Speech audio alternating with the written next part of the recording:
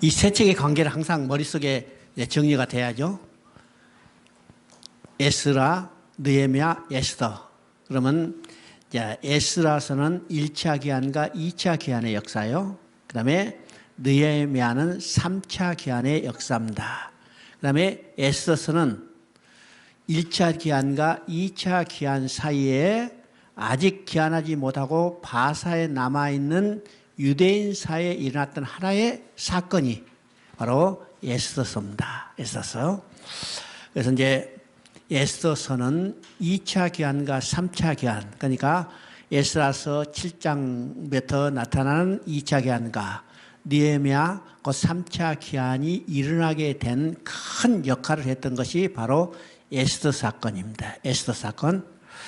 이 관계를 가지고 읽어야 하는데, 우리가 이제 에스더가 마지막에 나왔으니까 이건 순서적으로 에스라 사건, 느헤미야 사건, 그 다음에 에스더 사건이나 이렇게 생각할지 몰라도 에스더는 1차 기한과 2차 기한, 그러니까 에스라 속에 포함되어 있다는 사실을 우리가 기억해야 우리가 정확히 이해할 수 있습니다.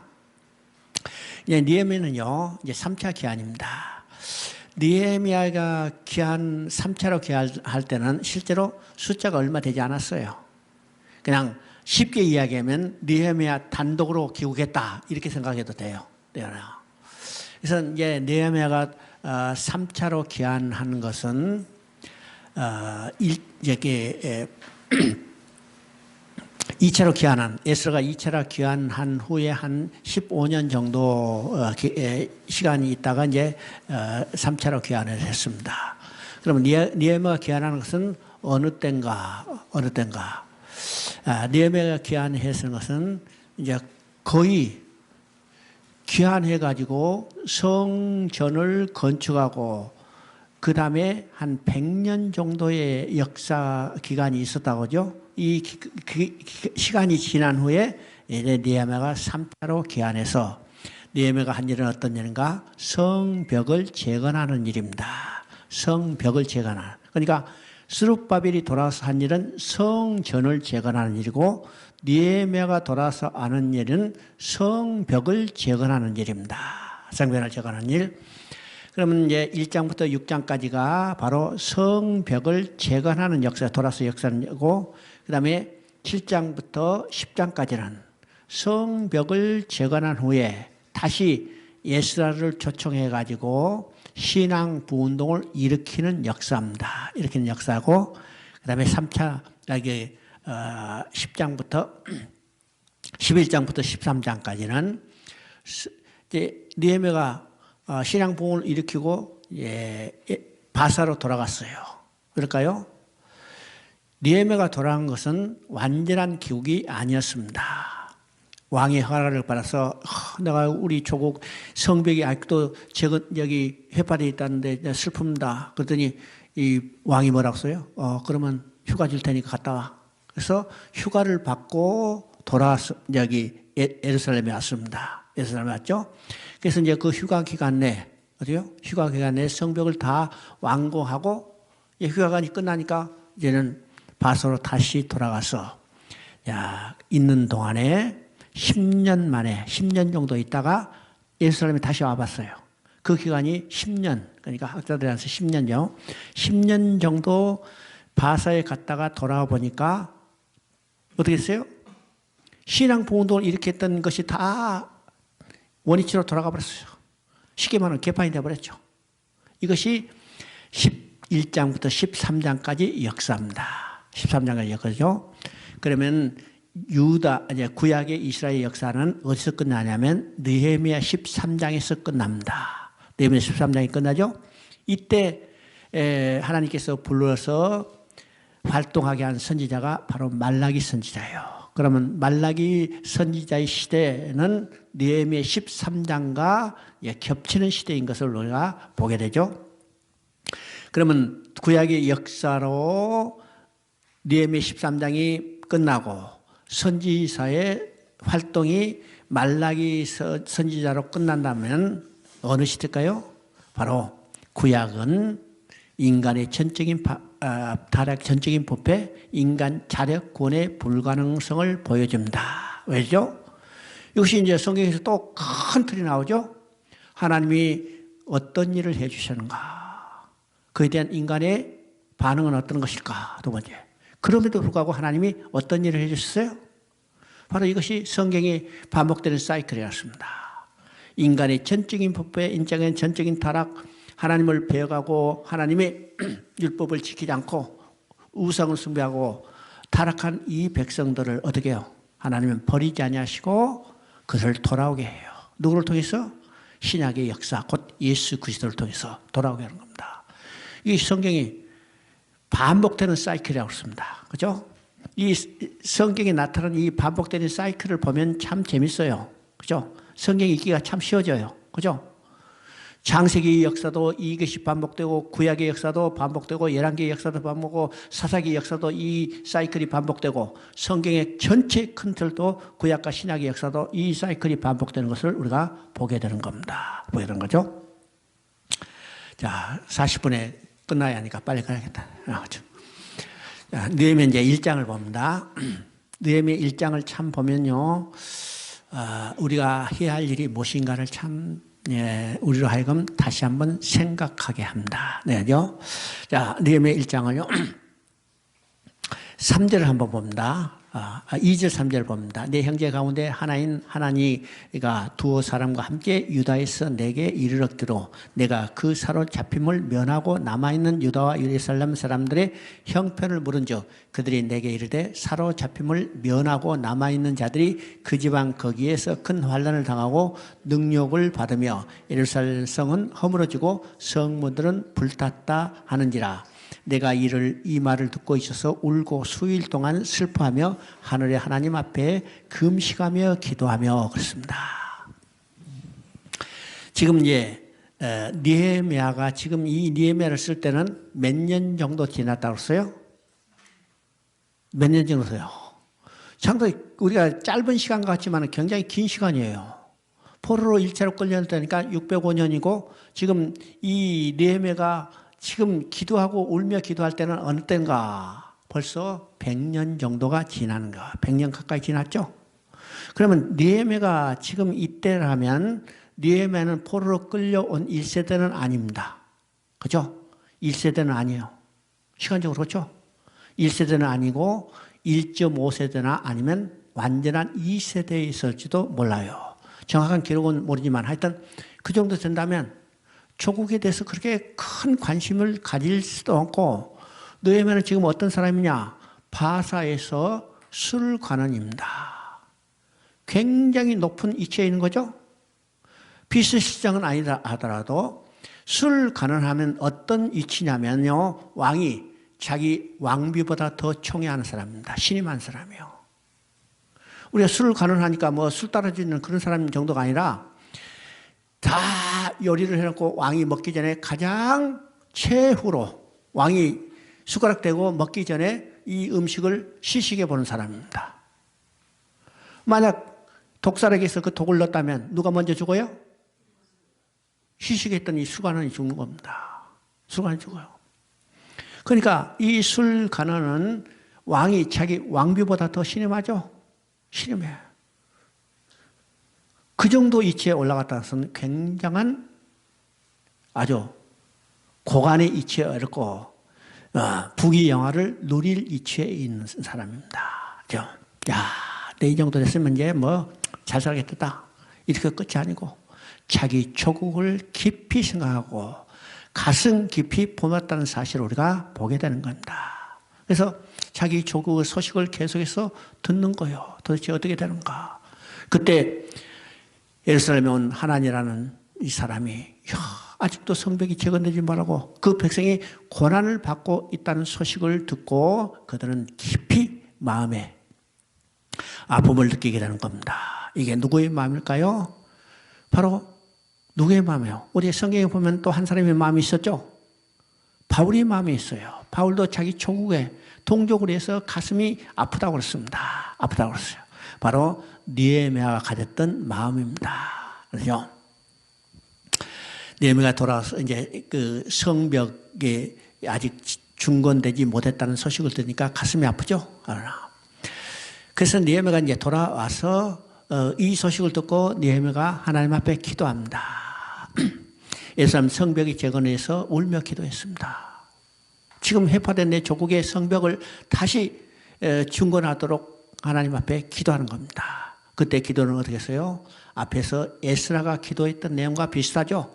자기의 죄를 자부하고 그 다음에 둘째 회개하면서 너희 쫓긴 자가 하늘 끝에 있으라 돌아오게 하리 하신 하나님의 말씀을 붙잡고 기도합니다. 그렇죠?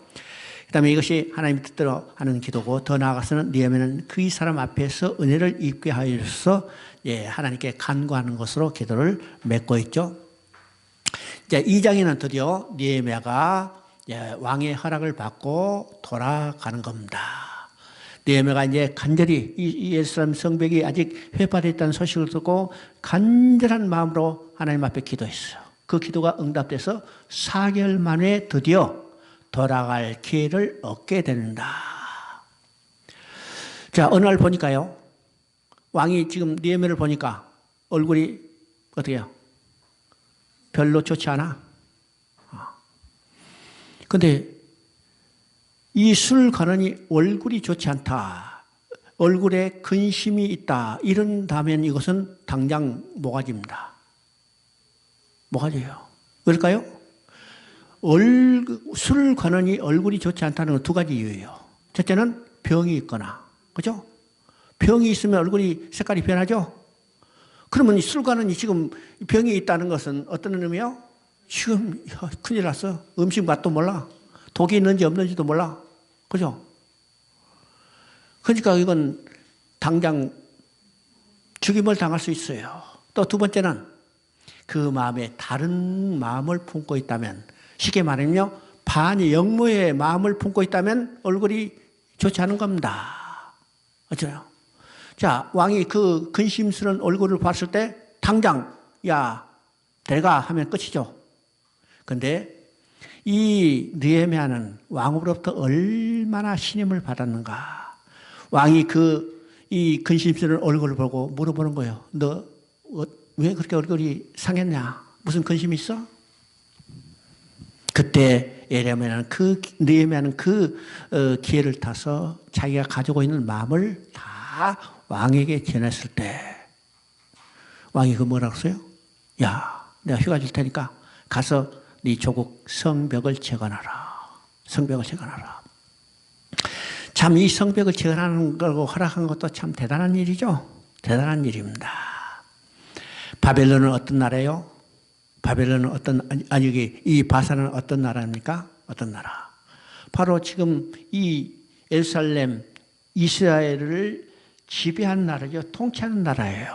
통치하는 나라. 그러면 거기서 성벽을 다시 재건한다는 것은 한 나라를 다시 건설하게 허락한다는 것과 의미와 마찬가지인데 그것을 허락한 겁니다. 대단하죠? 자, 성벽 재건은 허락을 받고 돌아가겠어요. 그렇죠? 자, 이 돌아갈 때 이 왕이 느헤미야에게 베푼 그 모든 일들은 우리 인간의 생각으로는 할 수가 없죠. 자, 요새 비자 받기 어렵다 하죠. 그죠? 비자 받기 어려워. 그때도 국경이 있었는지 몰라도 하여튼 비자 있어요. 그래서 거기에 수비대장한테 야, 느헤미야 지나가니까 모든 편에 빨리 가라. 그러니까 비자 출입국 관리 빨리 처리해. 그래서 우리 총독한테 이야기하는 겁니다. 그 다음에 성벽 재건할 수 있는 물자도 다 지원했어요. 이건 대단한 일입니다. 가서 성벽을 재건하는 말로 끝내지 않고 모든 편의를 다 제공하고 뿐만 아니라 그가 가는 길을 안전하게 지켜줄 수 있는 호위도도 보낸 거예요.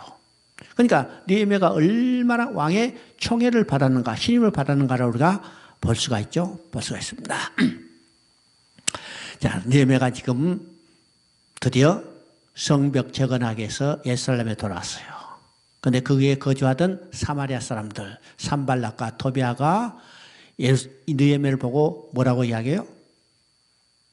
느헤미야를 보고 뭐라는가? 이스라엘 자손을 흥황케 하려는 사람들이라. 놀라는 문제입니다. 이스라엘 자손을 흥황케 하는 사람이었다. 놀라는 거죠. 우리도 어떤 사람들이요? 이스라엘 자손을 흥왕케 하려는 사람들입니다. 그죠? 이스라엘 자손을 흥왕케 하는 사람들이 되어야 해요. 그죠? 그래서 이제 느헤미야는 그들에게 하나님의 선한 도심의 손길이 형통케 하실 것이라고 이제 말하고, 하나님의 열심히 이루시는 구속의 역사를 중단할 자가 누구인가? 하나님은 이루시고 완성할 것을 지금 느헤미야는 확신을 가지고 있는 겁니다. 그 다음에 이제 3장은 성벽을 중건하는 내용입니다. 이 성벽을 중건하는 공사는 세밀한 계획과 노력을 요구하는 큰 공사였는데, 느헤미야는 조직과 지도력을 완벽하게 갖추고 이 성벽을 건축하는 것을 우리가 보게 됩니다. 그래서 느헤미야는요, 먼저 성벽에 다른 사람 아무도 모르는 사이에 새벽에 일어나서 자기가 성벽 건축할 것을 다 면밀히 조사했습니다.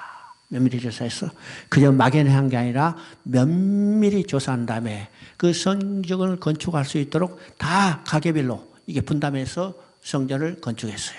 그래서 지폐별로 쫙 이렇게 분담해서 하죠.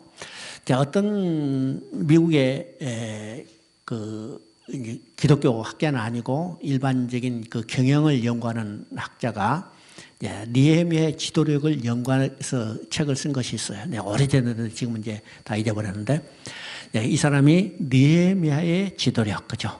느헤미야 리더십. 그냥 참 느헤미야가 우리가 느헤미야서를 보면요, 성경적 지도력이 어떤 것인가? 아니, 이것이 이제 세상을 기업이나 경영이나 다른 곳에서도 지도력이 어떤 것인가를 참 잘 보여주는 겁니다. 보여주죠? 그래서 우리가 이제 그런 책도 한번 참고해 볼 필요가 있어요. 자, 그 이제 문서로 이제 내가 그걸 요약해서 다운을 내가 이제 정리해 놓은 것이 있는데, 여러분 필요하다면 내가 드릴게요. 느헤미야 지도력, 그죠? 피터 드러커라는 유명한 그 미래학자가 있죠. 미국의 미래학자냐. 이 사람도 이 느헤미야 지도력을 많이 이제 살펴본 것 같아요. 그 책 내용을 보면. 그래서 한번 여러분이 참고하시고, 하여튼 느헤미야는요, 정말로 먼저 사전 정탐을 스스로 하고 이것을 조직적으로 잘 정리해서 분별로 했어요. 그래서 모든 사람이 한 사람도 빠짐이 없이 그에 참여할 수 있도록 다 분배했습니다. 분배하죠. 작업량을 분배했어요. 그래서 이제 도시 동쪽에서 서쪽 방향으로 진행하고 백성들은 전심전력을 다해서 했습니다. 여러분요, 올바른 지도자가 올바른 방향으로 이끌어 간다면 백성들은 그걸 따를 수밖에 없습니다. 따를 수밖에 없어요. 왜 백성들이 튀기느냐? 올바른 지도가 되지 못하고 또 올바른 방향으로 이끌지 못하기 때문입니다. 그렇죠? 자, 거기 보니까 때에 일어나, 때에 일어난 말고 일어나, 또 함께 일어나는 것은 기회를 놓치지 않고 지도자들이 솔선수범하고 백성을 독려했음을 보게 됩니다. 우리가 느헤미야의 지도력을 보면 철저히 솔선수범입니다. 철저히 모든 일에, 기도도, 그 다음에 일을 하는 것도, 그 다음에 백성들을 돌보고, 자기가 백성들이 궁핍할 때 스스로 자기 총독의 녹을 받지 않고 다 모든 것을 솔선수범하는 것을 보게 됩니다. 그래서 이 지도자의 첫 번째 지도력은 백성들이 따를 수 있도록 자기가 먼저 모범을 보이는 거예요. 모범을 보이는 겁니다. 그래서 혼자 일하는 것이 아니고 여러 사람이 함께 일했어요. 그러면 여러 사람이 함께 일할 때 중요한 것은 여러 사람이 지도자를 따라야죠. 신임하고 따라야죠. 신임하고 따르기 위해서는 어떻게 해요? 말로만 해서는 되지 않은 겁니다. 말을 했으면 자기가 먼저 행해야 해요. 본을 보여야 그 말이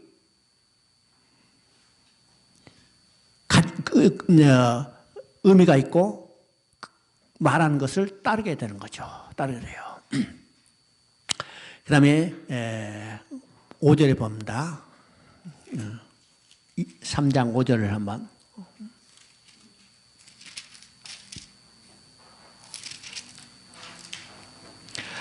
그 다음은 두가 사람들이 중수하였으나 그 귀족들은 그들의 주인들의 공사를 분담하지 아니하였으며, 그죠?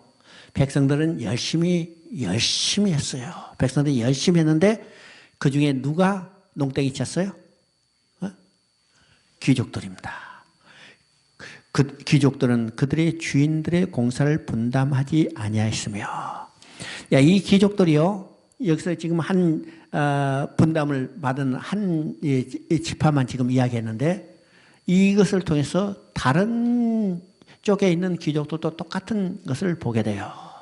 그러면 나중에 보면요, 이 귀족들이 정말로 지금 성벽을 재건하는데 어떤 역할을 했냐면 백성들을 괴롭히고 방해하는 역할을 하게 되는 것을 보게 됩니다. 그러죠? 이 다음에 그것이 나옵니다. 귀족들은 적극적이지 않았고 오히려 이 성벽을 재건하는데 걸림돌이 된 것을 우리가 보게 되죠. 그러죠? 자, 그러므로 첫째, 각자가 지체의식을 가져야 합니다. 성벽은 이제 백성들이 열심히 했어요. 지체의식을 가지고 서로 직분은 다르지만은 하나 혼연일체가 돼서 열심히 성벽 재건을 이룬 것을 우리가 보게 됩니다. 그 다음에 둘째는요, 하나님의 주신 은혜대로 섬겨야 해요. 은혜대로 능력대로 섬기면 됩니다. 그 다음에 세 번째는 무슨 일이든지 성실함과 부지런함과 즐거움으로 해야 해요. 그죠? 자, 우리가 이제 교회라는 것도 마찬가지죠. 교회라는 것도 이 교회를 운영할 때 우리 교회를 세 가지가 다른 것이 있다고 그랬습니다. 첫째는 어떤 것이요? 첫째는 성도들의 믿음이 각각 분량이 각각 달라요. 그죠? 두 번째는 성도들에게 주신 은사가 각각 다릅니다. 세 번째는 지체가 각각 달라요. 그죠? 믿음이 각각 다르죠?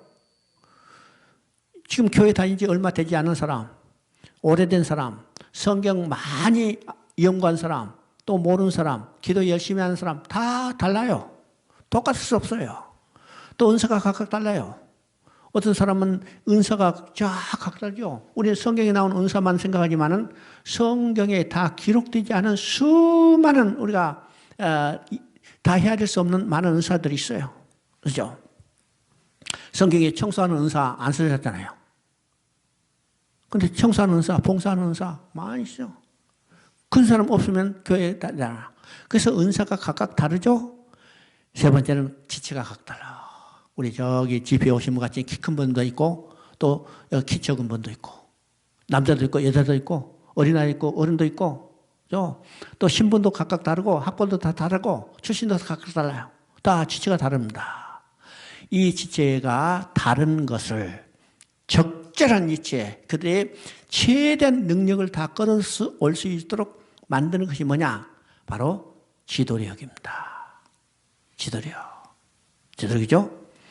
그래야 그들이 적절한 위치에서 적절한 이 일을 분담받아서 열심히 할 수 있는 겁니다. 이것이 지도력이 없으면요, 자기 좋아하는 사람만 일 시키고 좋은 일 시키고 자기 좋아하지 않는 사람은 심한 일, 서로 불평해져 갈라지죠. 분패가 생기는 겁니다. 바로 느헤미야는 이런 것을 정말로 잘 분배해서 모든 사람들이 힘을 합쳐서 열심히 일할 수 있도록 했는데, 그 중에 어떤 사람들, 귀족들은 지가 뭔데? 이런 식으로 나오는 겁니다. 우리는 일 안 해도 돼? 이런 식으로 나오는 거죠. 어느 단체나 이런 부류가 있다는 사실을 우리가 생각해 봐야 합니다. 이거죠. 그런데 느헤미야는 나중에 이것도 다 극복하게 되는 것을 보게 되죠. 자, 이제 3장은요, 이제 우리가 성전 건축할 때도, 4장은 성전 건축할 때도 이제 방해를 했던 그 세력들이 성벽을 재건할 때도 방해해 오는 것입니다. 방해하는 거죠. 바로 이 대표적인 사람이 누구냐? 산발락과 도비아라는 사람이요. 이 산발락과 도비아는 그 지역에서 상당히 영향력을 행사했던 사람들이죠. 오늘날 말하면요, 지역의 유지와 같은 사람들이요. 참 토백이 지역 유지. 이 사람들은 그냥 철밥통이요. 누가 실제로, 그죠? 저 시골 같은데 유지는요, 군수가 누가 되든지 관계없어. 그죠? 계속 자기 권세를 유지하고 자기 그것을 이용해 와요. 이것이 누구냐 하면 바로 그 지역에 살고 있었던 산발락과 도비아가 지금 느헤미야 가서 성벽을 재건하니까 이게 안 되겠다. 우리 영향이 없어지게 약해지겠다. 그래서 성벽 재건을 극심하게 반대해 오는 겁니다. 그래서 그들이 이제 어떤 방법으로 방전가. 이거 성벽 재건하지 말자. 그래서 포기하도록 계속 부추겨요. 부추기고 그들이 또 적극적으로 대적해 오는 거죠. 그러니까 오늘 말하면요, 쇠파이프 들고 난동 부리는 거야. 와서 때려 부시는 거예요. 그죠? 그런 일이 많이 있죠. 그래서 느헤미야는 그 대비를 하는 겁니다. 이것이 4장의 내용이에요. 거기 보니까 느헤미야는 역군들을 절반으로 나눠 절반은 일하고 절반은 갑옷을 입고 창과 활과 방패를 가지고 반으로 나눴을 뿐만 아니라 그래서 반은 일하고 반은 지키는 겁니다. 적들이 대지하지 못하도록 지키는 뿐만 아니라 또 일하는 사람들도 어떤가. 일하는 사람도 그저 일에 열중한 것뿐만 아니라 한쪽에는 일하고 한쪽에는 뭐예요? 어느 때라도 대적을 방어할 수 있도록 준비하고 일하는 것을 보게 되는 거죠. 그래서 한 손으로 일하고 한 손에 병기를 잡고 어려움 속에서도 굴하지 않고 성벽 공사를 계속해 가는 것을 보입니다. 근데 여기서 이제 두 싸움이 있습니다. 두 방면의 싸움이 있습니다. 여러분요, 우리가 이것을 이제 영적 전쟁이라고 볼 수 있는데 이 두 방면의 싸움을 있는 거죠. 첫째 보니까 하나님이 우리를 위하여 싸우시라는 싸움이 있습니다. 그죠? 또 한편은 너희 형제와 자녀와 아내와 집을 위하여 싸우라. 그래서 근데 여기서 보여 하나님이 우리를 위하여 싸우시리라. 하나님이 우리를 위하여 싸워주시는 거예요. 오늘 하나님이 우리 함께 계시며 우리를 위하여 싸워주신다고 성경은 계속 말하죠. 성경에서 계속해서 말하는 바로 이게 역사입니다. 지금 모세에게도 말했어요. 모세가 하나님께서 모세에게 내가 너와 함께 있으면 너를 위하여 싸워주지니. 자, 이 말을 누구에게 인계했어요? 여호수아에게 있어요. 여호수아에게 하나님께서 내가 너와 함께 있으면 너를 위하여 싸우리라. 모세가 죽자. 또 하나님은 누구에게 말했어요? 그 백성들에게 너희 하나님이 너희를 위하여 싸워주시라. 또 다윗에게 말했어요. 다윗에게 너와 함께 있으며 너희를 위하여 싸워주시라. 그래서 다윗은 뭐라고 했어요? 전쟁은 여호와께 속하 있나니. 하나님이 다윗과 함께 있으며 다윗을 위하여 싸워주셨어요. 그 싸움이 누구예요? 지금 성벽을 쌓고 있는 이스라엘 백성과 하나님은 함께 계시며 그들을 위하여 싸워주시는 하나님이죠. 싸워주시오. 뿐만 아니라 또 누구를 위해 싸워요? 너희 형제와 자녀, 아내와 집을 위하여 싸우라. 우리가 하여금 싸우려 하죠. 우리를 하여금 싸우는 것은 우리가 싸울 영적 전쟁이라서요. 그런데 누구를 위해서 싸우라 했어요? 형제와 자녀와 아내와 집을 위하여 싸우라. 집을 해요. 하나님을 위해 싸우라 이렇게 하지 않고 너희 형제와 집과 아내와 집을 위해서 싸우라. 쉽게 말하면요, 가정을 지키라는 말입니다. 가정을 지키라 그러죠? 왜일까요? 왜일까? 이게 단순한 이야기가 아니라는 사실입니다. 사단은 제일 먼저 뭘 파괴했어요? 뭘 파괴했어요? 몰라? 가정을 파괴했어요. 하나님이 천지를 창조하시고 제일 먼저 준 기관이 어떤 것일까? 조직이 뭘까요? 조직이 뭘까요? 가정이요. 아담에게 하와를 지어주시고 두 사람이 부모를 떠나여 한 몸을 이루는 가정을 주셨어요. 그런데 사단은 이 가정을 파괴시키는 겁니다. 파괴시켜요. 그래서 오늘 우리도 어떤 거예요? 이 가정을 지키는 싸움이에요. 나가서는 교회를 지키고 나가서는 하나님 나라를 건설하는 거예요. 그래서 지금 이 가정을 위해서 싸우라는 말이 창세 때부터 이루어지는 놀라운 영적 전쟁의 역사라는 사실을 우리가 알아야죠. 야, 궁극적으로 선한 싸움은 여호와의 전쟁입니다. 그러나 하나님께서는 인간을 의의 병기로 삼아서 우리를 병기로 싸워서 싸우시는 겁니다. 이제 2절을 보니까 4장 2절 한번 읽어보십니다. 4장. 산발에서 우리가 성을 건축한다 함을 듣고 크게 분하여 유다 사람들을 빌며 자기 행들과 사마리아 군대 앞에서 일러 말하되 이 미약한 유대 사람들이 하는 일이 무엇인가? 스스로 견고하게 하려는가? 제사를 드리려 하는가? 하루 일을 마치려 하는가? 불탄 돌을 흙 무더기에서 다시 일으키려 하는가? 3절에 보니까 암몬 사람 도비아는 곁에 있다가 이르되 그들이 건축하는 돌 성벽은 여우가 올라가도 곧 무너지리라 하리라. 이 말은요, 우리가 하나님이 일을 할 때 적들은 제일 먼저 어떻게 대적해 오는가를 생각해야죠. 적들이 대적해 오는 것은 처음부터요, 무력으로, 힘으로, 폭력으로 대적해 오지 않습니다. 우리가 하는 일을 비웃고 속이 상해서 하지 못하도록 만드는 겁니다. 우리 이제 교회 건축할 때 그런 이야기들 많이 듣죠. 나는 교회 건축을 안 해봤지 모르는 말이면은 교회 건축에서 3년 동안 가도 3명 앉혀놓고 하면 야 저게 되겠냐? 안 돼. 그래요. 그러면 시계 맞아서 쪽팔려가지고 야 그만둬야지. 해봤자 안 되겠다. 이게 적들이 대적하는 첫 번째 방해설입니다. 우리가 선교지에서도 그런 일 많죠. 야, 그거 못해. 하지 마. 이게 첫 번째 주세요. 첫 번째 대적입니다. 그래요. 그러나 우리 마음속에 이것이 하나님께서 내게 주신 사명이고 하나님께서 내게 이루도록 허락하시다면 하나님이 때까지 기다려야 합니다. 우리 인간의 생각으로 접는 거 안 돼요. 하나님 때까지 기다려요. 그것이 하나님이 이루시는 일이라고 계속해서 진행해 나가면 그 다음에는 대적은 어떻게 해요? 이제는 비웃음과 조롱이 아니고 이제는 실제적인 무력을 행사해서 폭력적으로 대적해 오는 겁니다. 대적해 오는 거예요. 이것이 지금 느헤미야 4장에서 성벽 공사를 대적하는 적들의 방법입니다. 왜요? 여우도 올라가도 무너지리라. 얼마나 가소롭게 여겼으면 그러겠어요?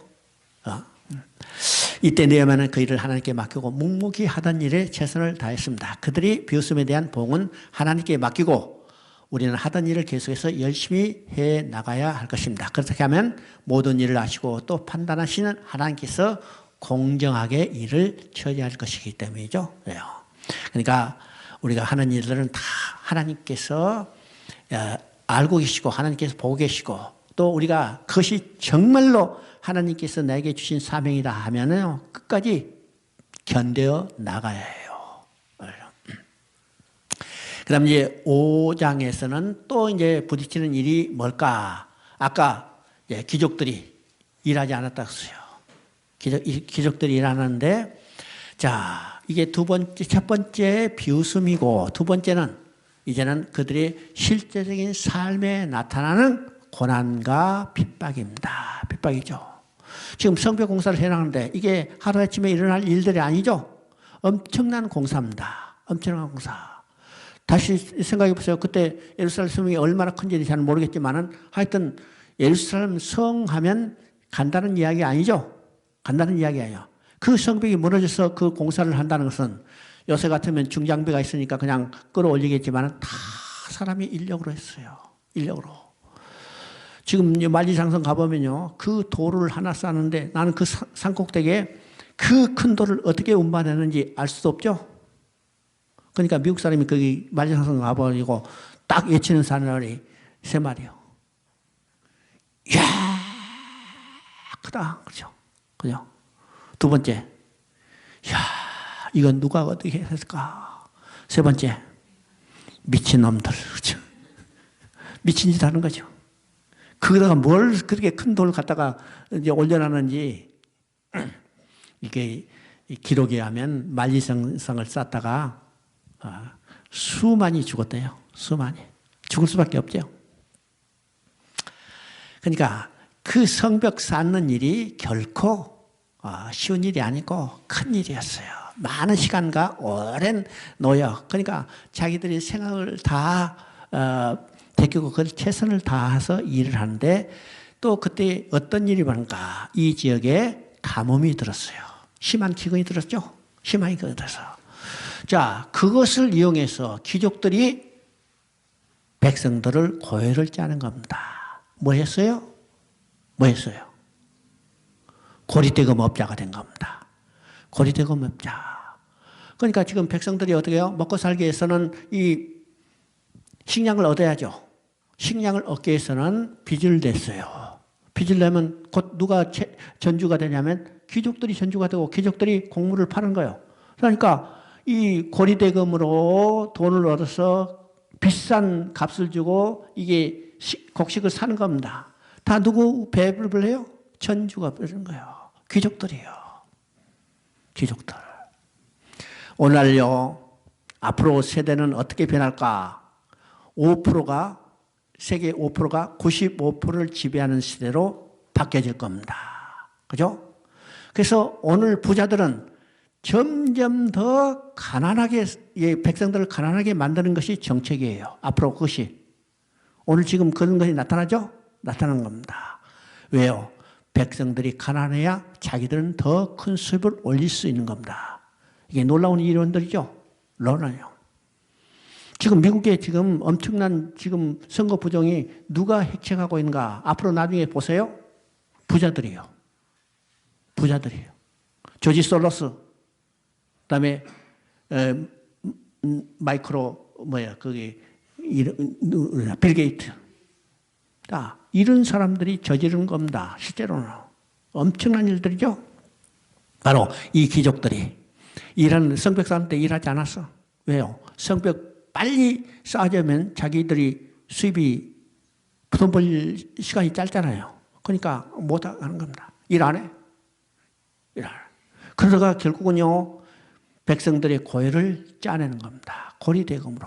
바로 지금 이게요. 당시 시간인데 이것을 부자들이 이용하여 자기들 치부의 수단, 고리대금 업자가 돼서 치부의 수단을 삼는 겁니다. 백성들이 정말 이중고죠. 성벽도 적어내야 하고 어떻게 해요?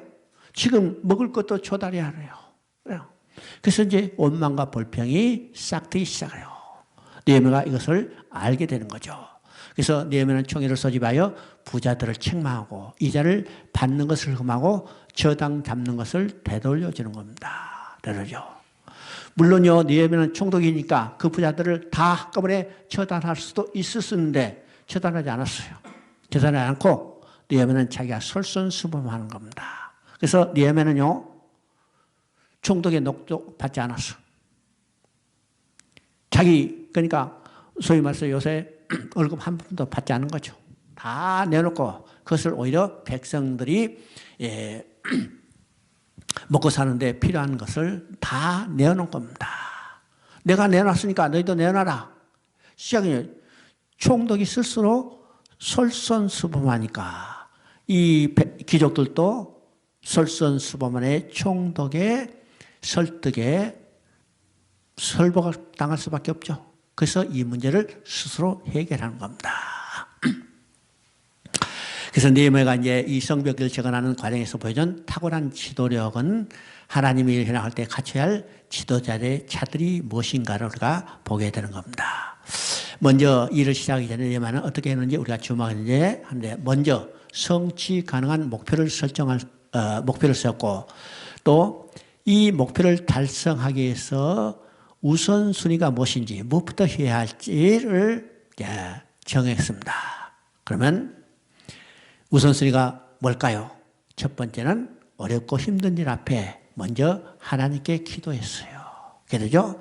뿐만 아니라 일을 해가는데 필요한 모든 것을 구체적으로 준비했습니다. 기도만 하고 있는 게 아니라 기도함과 동시에 모든 일을 할 수 있도록 구체적으로 준비했습니다. 그러면 이제 느헤미야는요, 이 일을 해갈 때 그냥 건성건성이 아니라 전신전력을 다해서 몰두했습니다. 몰두했어요. 그러니까 송곳을 한 구멍을 판 거죠. 여기저기 뚫어봤자 아무리 뚫어봤자 구멍 안 뚫려요. 한 곳에 그냥 계속 뚝 뚫고 돌려야 구멍 뚫리는 겁니다. 이 현신전이라고 해서요. 또 백성들에게도 지금 하고 있는 일이 옳다는 것을 확신을 준 겁니다. 백성들이 확신을 갖지 않으면 따르지 않죠? 확신을 주는 거예요. 그 다음에 대적들에게는 절대로 타협하지 않고 단호한 입장을 취했습니다. 그 다음에 마지막으로 난간이 닥쳤을 때 낙심하지 않고 끝까지 하나님께 의지했습니다. 하나님을 의뢰하고 하나님을 의뢰했어요. 우리는요, 이 기간들이 길어지면 때로는 낙심하고 포기할 수도 있죠. 그러나 낙심하지 않고 끝까지 하나님께 의뢰해서 하나님이 선한 손이 이루시도록 우리가 기도하고 또 인간을 할 수 있는 최선의 일들을 다 한 거죠. 그 다음에 6장은요, 성벽 중건을 방해하고 완공하는 내용입니다. 그러니까 지금 성벽 재건이 완공되어 갈 때 적들이 극심하게 대적해요. 그래서 여러분 6장을 읽어보면 4번에 두렵게 하다는 말이 나옵니다. 그럼 4번에 두렵게 하다는 말 중에 3번과 1번에 대상이 다르죠. 3번은 적들이 느헤미야를 두렵게 해서 성벽 재건하지 못하도록 방해하는 겁니다. 그런데 6장 15절 16절 읽어봅니다. 15절 16절 성벽 역사가 51일 만에 엘룰날 25일에 끝남에 우리의 모든 대적과 주위에 있는 이방 족속들이 이를 다 듣고 두려워하여 크게 낙담하였으니 그들이 우리 하나님께서 이 역사를 이루신 것을 알미라. 여기서 16절에 두려워하다는 말이죠. 이것은 대상이 이제는 느헤미야를 두렵게 한 게 아니라 적들이 두려워하는 겁니다. 3번은 적들이 느헤미야를 두렵게 해서 성벽 재건을 하지 못하도록 방해했지만은 이제는 16절에서는 느헤미야가 50일 만에 성벽 재건을 완공하는 걸 보고 적들이 두려워하는 거예요. 왜일까요? 50일이라는 이 짧은 시간은요, 인간의 능력과 기술과 지혜로는 절대로 성벽을 재건할 수 없는 기간이에요. 그런데 50일 만에 성벽 재건을 완공했어요. 적들이 이걸 보고 두려워하는 겁니다. 야, 이건 인간의 힘이 아니다. 하나님의 손이 이 성벽 재건을 이루셨다. 그것을 알고 두려워하는 거죠. 그런 겁니다. 우리가 하나님을 일을 할 때도 참 인간의 능력과 지혜로는 불가능하다고 생각할 때가 많아요. 그러나 하나님이 그 일을 나에게 맡기셨다면 내가 이루신 게 아니고 하나님이 나를 사용해서 하나님께 친히 이루신다는 사실을 우리가 알고 우리가 전심전력에서 그를 이룬다면 어떻게 해요? 그것을 비웃고 조롱하고 대적했던 적들이 두려워하게 된다는 사실을 우리가 알아야 합니다. 알아야죠? 지금 이 일은 어떤 일일까요? 성벽 재건한 일, 단순한 일이 아닙니다. 성벽 재건하는 일은 어떤 것이요? 하나님의 구속의 역사를 이루시는 일입니다. 이 일은 하나님이 친히 이루시는 거죠. 그렇죠? 이 일을 다 완성했을 때 어떨까요? 이제는 이 방해했던 적들이 두려워하는 거예요. 누가? 사단이요. 그렇죠? 자, 40분에 끝났으니까 오늘 40분에 이제 끝내고, 그러니까 지금 성벽 재건한 것을 다 끝냈으니까, 그죠? 중요한 것은 다 끝났습니다. 자, 기도하겠습니다. 하나님 아버지 참으로 감사합니다. 우리가 성경을 통해서 하나님의 하신 일이 얼마나 세밀하고 엄미하고 확실한 것을 깨닫게 됩니다. 주여, 우리는 이 하나님이 하실 일을 바라보고 하나님을 절대로 신뢰하고 하나님의 인도하심을 따라 살아가는 우리의 신앙이 되도록 우리를 굳건히 세워주시옵소서. 오전 시간을 지켜주신 것 참으로 감사드리고 이 말씀으로 우리가 충만하게 채워주셔서 이 말씀이 우리의 영육 간의 강건한 힘과 능력이 되도록 주께서 축복하여 주시옵소서. 이 모든 말씀 우리 주 예수 그리스도의 이름으로 기도드리옵나이다. 아멘.